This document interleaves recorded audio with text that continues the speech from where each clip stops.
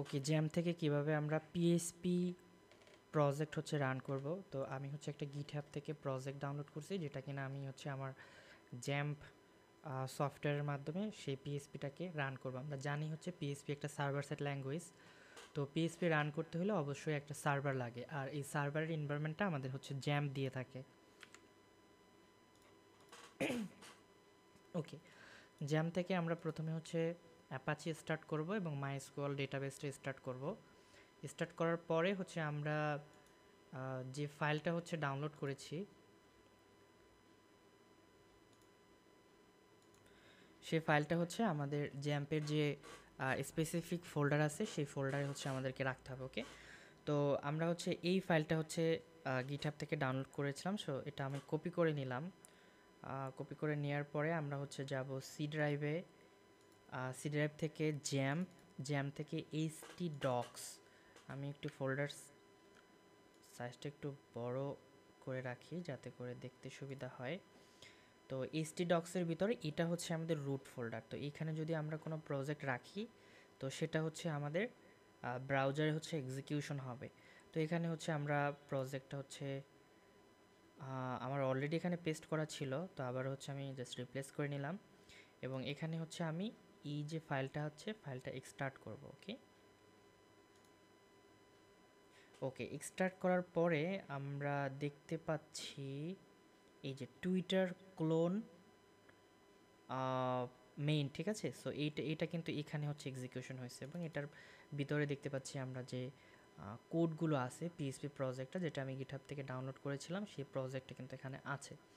ওকে, তো এখন হচ্ছে আমরা ব্রাউজারে যাই। ব্রাউজারে গিয়ে এখানে আমরা লিখব লোকাল হোস্ট। ওকে, তো এই লোকাল হোস্টে যখন আমরা ক্লিক করব তখন আমরা দেখব যে এরকম একটা ইন্টারফেস আসে। তো এই ইন্টারফেসটা আসলে আমরা বুঝতে পারবো যে আমাদের জ্যামটা হচ্ছে চালু হয়েছে। ওকে, তো সেই মুহূর্তে আমরা যখন পিএসপি মাই অ্যাডমিনে যখন ক্লিক করব, এই ইন্টারফেসটা যদি আসে তখন আমাদেরকে বুঝতে হবে যে আমাদের যে মাইস্কুয়েল আছে সেটাও কিন্তু চালু হয়েছে।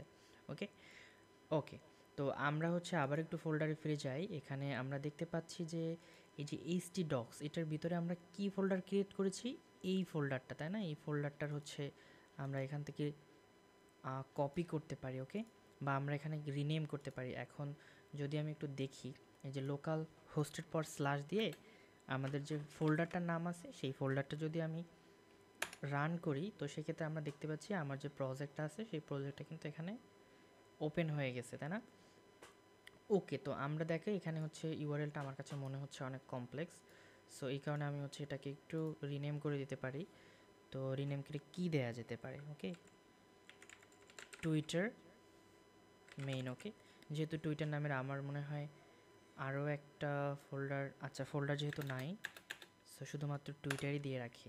ওকে, তো এখন যদি এখানে এসে আমি যদি লিখি লোকাল হোস্ট, জাস্ট লিখলাম টুইটার। ওকে, এই যে কোলন টোলন এই জিনিসগুলো দরকার নাই। তো এখানে দেখা যাচ্ছে আমাদের এই জিনিসগুলো কিন্তু চলে আসছে, বাট আপনাদের কিন্তু চলে আসবে না, কারণ আমার হচ্ছে অলরেডি ডেটাবেসটা কানেক্টেড আছে। সো আপনাদের কিন্তু ডেটাবেসটাও কানেক্ট করতে হবে।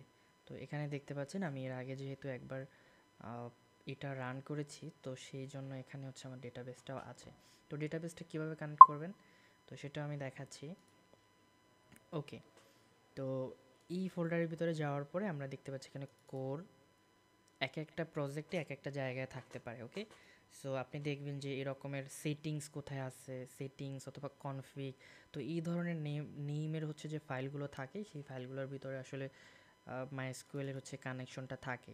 তো এখানে কোরের ভিতরে দেখতে পাচ্ছি ডেটাবেস এবং এখানে দেখতে পাচ্ছি কানেকশন। ওকে, কানেকশনটাকে আমি হচ্ছে আমার মেবি হচ্ছে অলরেডি ওপেন করা, তাও আমি নতুন করে ওপেন করতেছি ফোল্ডারটা।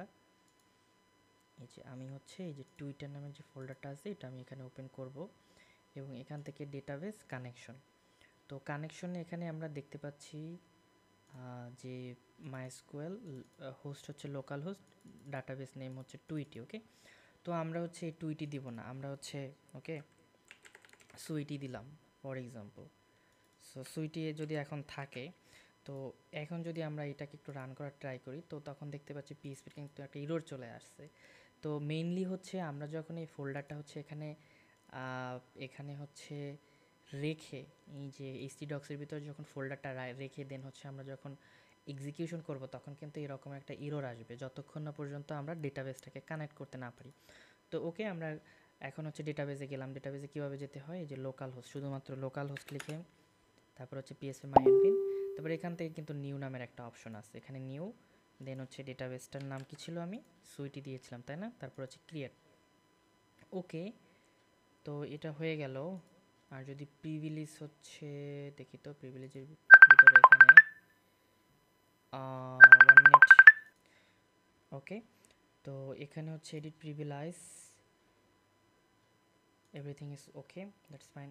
ওকে, তো এখন যদি আমরা একটু যাই এখানে, এই যে এখানে ইরোড ছিল তাই না, আমরা যদি এখন একটু রিলোড দিই তারপরেও কিন্তু ইরোড আছে তাই না।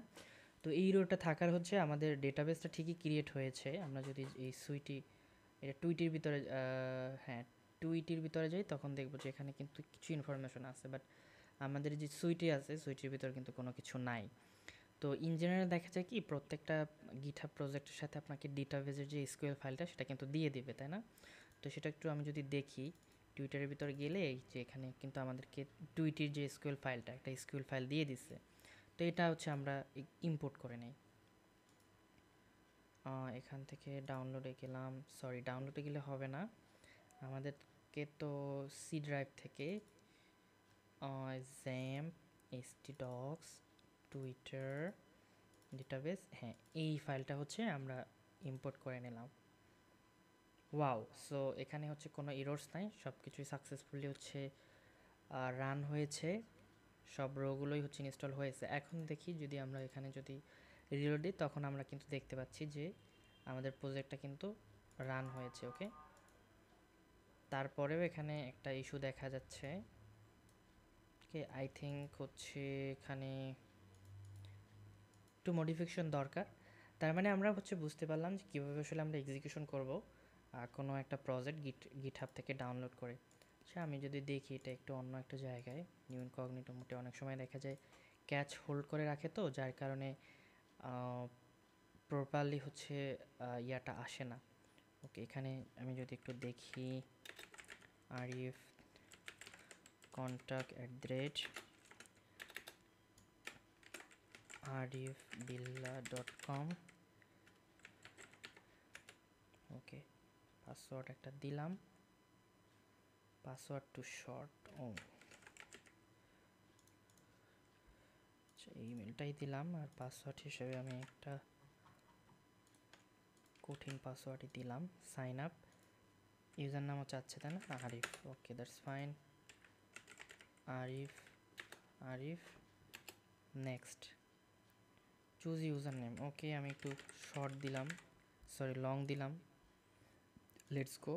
ওকে, এখন দেখতে পাচ্ছি আমাদের প্রজেক্টটা ঠিকই আছে, ঠিকঠাকভাবে রান হচ্ছে, তার মানে এর আগে ক্যাচিং ছিল এই কারণে হচ্ছে আমাদের রান হয় না। তো এখন মোটামুটি দেখা যায় সাকসেসফুলি আমাদের প্রজেক্টটা রান হয়েছে। আমি যদি এখন একটু ট্রাই করি হ্যালো ওয়ার্ল্ড, ওয়াও, সো এটা সাকসেসফুলি এখন কাজ করতেছে।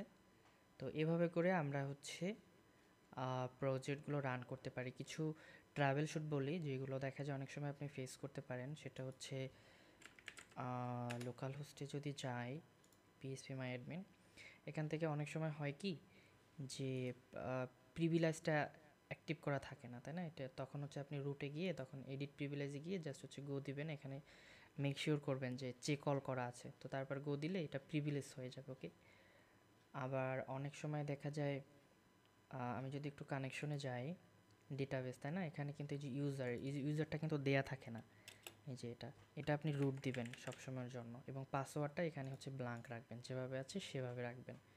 তো এখানে হচ্ছে ডেটাবেস নেম ইউজার নেমটা এনশিওর করবেন এবং পাসওয়ার্ডটা হচ্ছে যেন ব্ল্যাঙ্ক থাকে। তো আমরা চাইলে কিন্তু এখানে ইউজার ক্রিয়েট করেও দিতে পারি, যদি কখনো এরকমের পরিস্থিতি হয় যে রুট ইউজারে হচ্ছে না। ওকে, তখন সেই অবস্থায় আমাদেরকে কি করতে হবে, এই ইউজার অ্যাকাউন্টে ক্লিক করতে হবে। ওকে, তারপর হচ্ছে অ্যাড ইউজার, তারপর এখান থেকে ইউজার নেম দিব, লাইক হচ্ছে ইউজার নাম দিলাম, ইউজার নামও হচ্ছে দিলাম সুইটি। ওকে, লোকাল হোস্ট এখানে সিলেক্ট করে দিব এবং পাসওয়ার্ড দিব, এখান থেকে আমরা একটা লাইক হচ্ছে এই যে জেনারেট করা পাসওয়ার্ডটা দিলাম এবং মেক শিওর করতে হবে চেক অল। ওকে, তারপরে গো। সো এখন বিষয়টা হচ্ছে কি, আমরা হচ্ছে এই যে সুইটি আছে, সুইটি যে ইউজার নেমটা খুললাম, সো সেটা কিন্তু আমরা এখানে এখানে হচ্ছে ইউজার নেম হিসেবে দিলাম, এবং পাসওয়ার্ড হিসাবে আমরা যেটা, আচ্ছা পাসওয়ার্ড এটা, আর হচ্ছে ইউজার নেম হচ্ছে যেটা ডাটাবেসের নাম ছিল ওই সেম নেম আপনি সেম নামে ইউজার নাম হিসাবে দিতে পারবেন, সেক্ষেত্রে কোনো সমস্যা নাই। আপনি চাইলে আপনি চাইলে, দেখা যায় আপনি ডিফারেন্ট নেমেও ইউজার খুলতে পারেন। সো এটা সেম হওয়াটা সবসময় স্ট্যান্ডার্ড। ওকে, ডেটাবেস নেম এবং ইউজার নেমটা সেম হলে তখন দেখা যায় এটা স্ট্যান্ডার্ড থাকে। এরকমেরই হচ্ছে ওয়েবসাইটের ক্ষেত্রে দেখা যায় সেম ডেটাবেস ইউজার নেম থাকে অলমোস্ট। তো এটা হচ্ছে মোটামুটি ট্রাভেল শুট, যেটা কিনা ম্যাক্সিমাম প্রজেক্টের ক্ষেত্রে অনেকেই ডিফিকাল্টিস ফেস করে থাকে। ওকে, থ্যাংক ইউ, আল্লাহ হাফেজ।